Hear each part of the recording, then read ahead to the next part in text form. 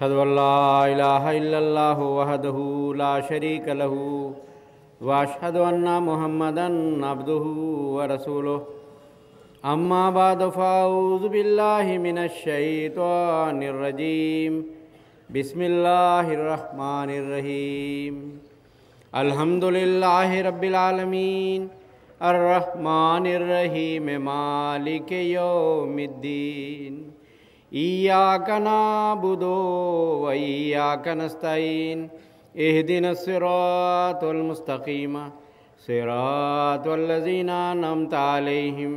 غير المغضوب عليهم ولا الضالين۔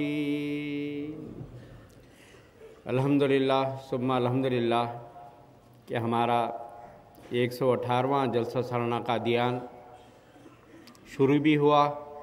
اور دیکھتے ہی دیکھتے یہ روحانیت سے بھرپور ماحول اور برکتوں سے معمور ماحول اب ختم ہوا جا رہا ہے۔ آج اس وقت اختتامی اجلاس ہے۔ اب تھوڑی ہی دیر میں ہم اپنے پیارے امام سیدنا حضرت امیر المومنین خلیفۃ المسیح الخامس ایدہ اللہ تعالیٰ بنصر العزیز کا اختتامی خطاب سنیں گے اور آپ ہی کے ساتھ پھر اختتامی دعا بھی کریں گے۔ تو میں اس موقع پر تمام جو حاضرین ہیں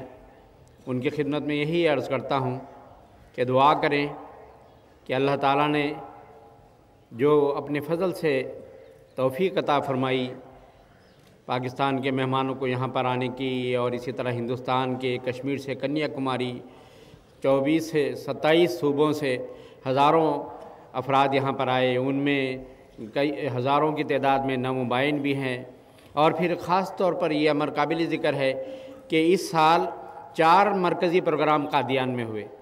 ایک تو فروری میں 2009 مجلس شورا منعقد ہوئی، اور اس کے بعد پھر مئی آخر میں جلسہ سالانہ قادیان 2008 والا اس کا انعقاد ہوا، اور پھر اکتوبر میں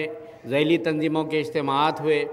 صدران کے انتخابات ہونے تھے، اس لیے کثیر تعداد میں نمائندگان شریک ہوئے۔ تو یہ اب یہ جلسہ سالانہ کا 4تھا پروگرام ہے۔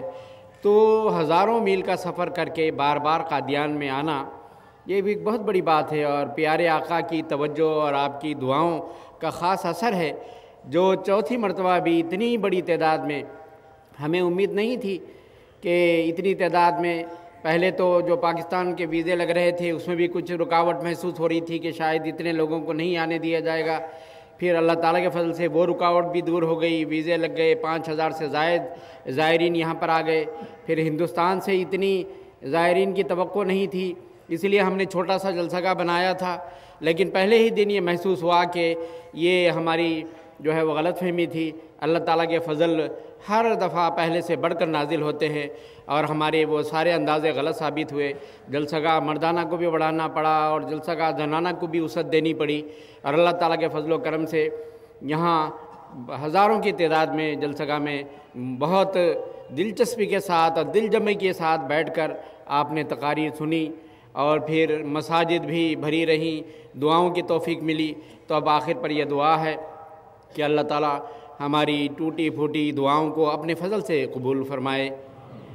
اور ہماری کمزوریوں کو دور فرمائے، اور ہمارے گناہوں کو مغفرت میں بدل دے،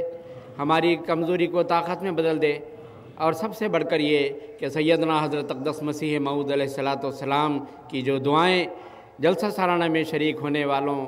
میزبانوں، مہمانوں، سب کے لیے ہے، وہ ہم سب کے حق میں اپنے فضل سے قبول فرمائے۔ یہ جو جلسہ سالانہ ہے اس میں مرکزی بھی حکومت کا بھی ہر طرح تعاون حاصل رہا، جیسا کہ میں نے آپ کو بتایا، ہوم منسٹری اور فارن منسٹری مرکزی، وہ ویزوں پاکستان سے 5000 سے زائد ویزے دینے کے بارے میں، اور اسی طرح بیرونی ممالک سے بھی، تو ہم ان کے شکر گزار ہیں۔ اور اسی طرح صوبائی حکومت نے بھی پورا تعاون دیا ہر لحاظ سے اس جلسے کو کامیاب کرنے کے لیے، اور جو چند محکمے جو خصوصی شکریہ کے مستحق ہیں اور جن کی جو ہے وہ بھرپور تعاون سے ہم اس جلسے کو ہر لحاظ سے اچھے رنگ میں انعقاد کر سکے، مکرم کرمجیت سنگھ صاحب سراں DC گرداسپور نے، محکمہ PWD فوڈ سپلائی، محکمہ بجلی، محکمہ صحت اور بلدیہ کے افسران کے ساتھ میٹنگ